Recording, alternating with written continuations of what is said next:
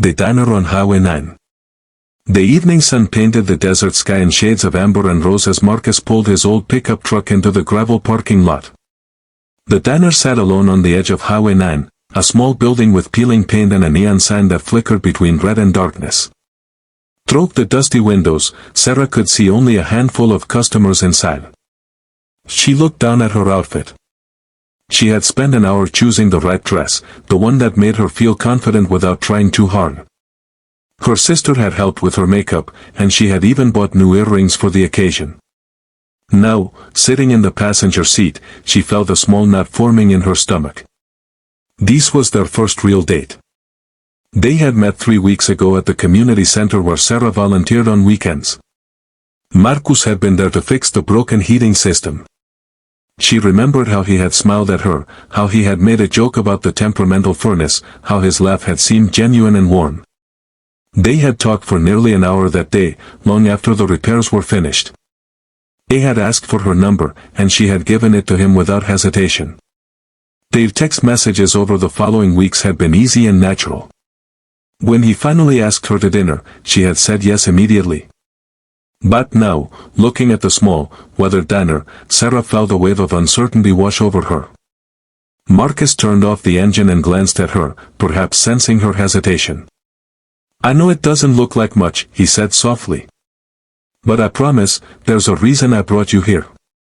Sarah forced a smile and nodded. She told herself not to judge. After all, it was the company that mattered, not the place. She had always believed that. Still, she could not help but think of her friends and their first date stories. Candlelit restaurants. Rooftop bars. Concerts in the city. They walked toward the entrance together. Marcus held the door open for her, and a small bell chimed above their heads as they stepped inside. The air smelled of coffee and grilled onions. The floor was clean but worn, the checkered tiles faded from years of foot traffic. An older woman behind the counter looked up and her face broke into a wide smile. "Marcus," she called out, her voice warm with recognition. "It's been too long, sweetheart." Marcus smiled back, genuine affection in his eyes. "Hi, Betty. It's good to see you." They chose a booth near the window, the vinyl seats cracked but comfortable. Betty brought them menus, though Marcus barely glanced at his. "The usual for me, Betty," he said. "And whatever my friend Sarah would like." Sarah ordered a burger and fries, keeping her choice simple. As Betty walked away, Sarah folded her hands on the table and studied Marcus's face. It was looking out the window now, at the desert landscape stretching endlessly toward the horizon. "You come here often?" she asked, breaking the silence. Marcus turned back to her, and for a moment, something shifted in his expression. It was subtle, like a door opening just slightly. "I used to," he said. "When I was younger. My mom would bring me here every Sunday after church." Sarah felt her defenses softening. "That sounds nice," she said gently. "It was," Marcus continued, his voice quiet now. "We didn't have much money back then. My dad had left when I was 6, and Mom worked 2 jobs to keep us afloat. But no matter how tired she was, she always made time for our Sunday tradition. We would sit right here in this booth, actually. She would order coffee and I would get hot chocolate, and we would just talk. About school. About my dreams. About everything." Sarah found herself leaning forward, drawn into his story. "She sounds like an amazing person."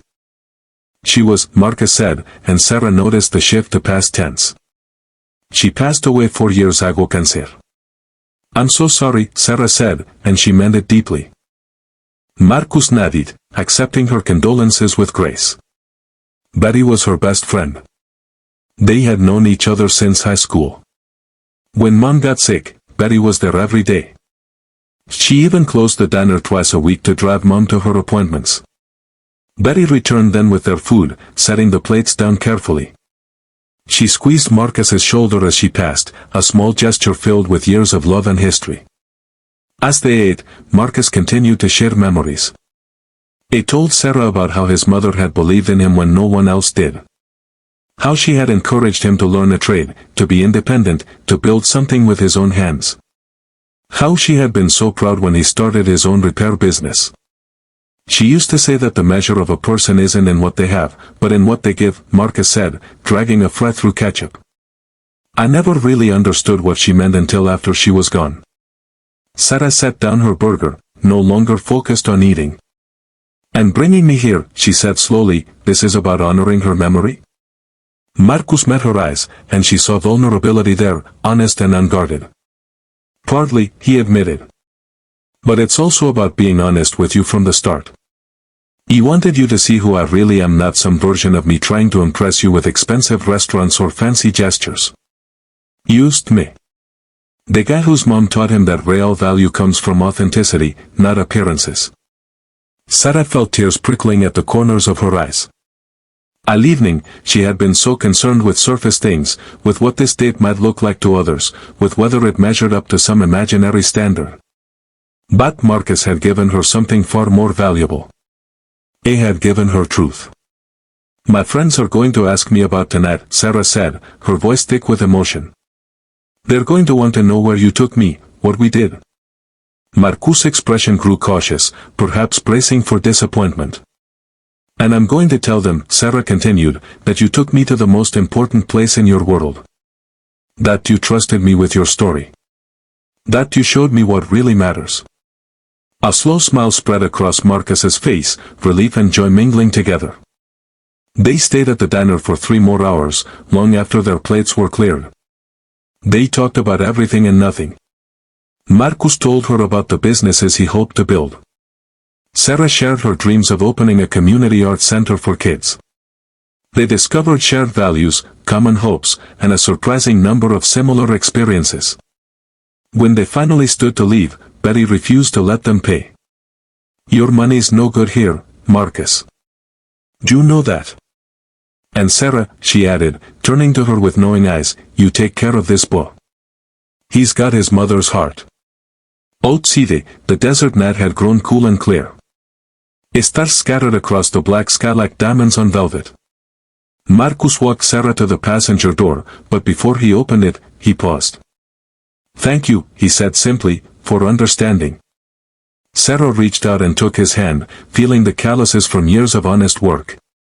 Thank you, she replied, for showing me what a real first date should be. As they drove back toward town, Sarah looked at the diner growing smaller in the side mirror.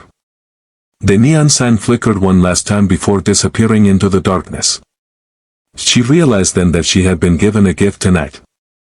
Not just a glimpse into Marcus's past, but a vision of what their future might hold. A future built on honesty, authenticity, and the courage to be vulnerable. Sometimes, Sarah thought, the best things in life come wrapped in the most unexpected packages. Sometimes, a cheap diner on a lonely highway can hold more value than all the fancy restaurants in the world. She smiled to herself and settled back into her seat, already looking forward to their second date.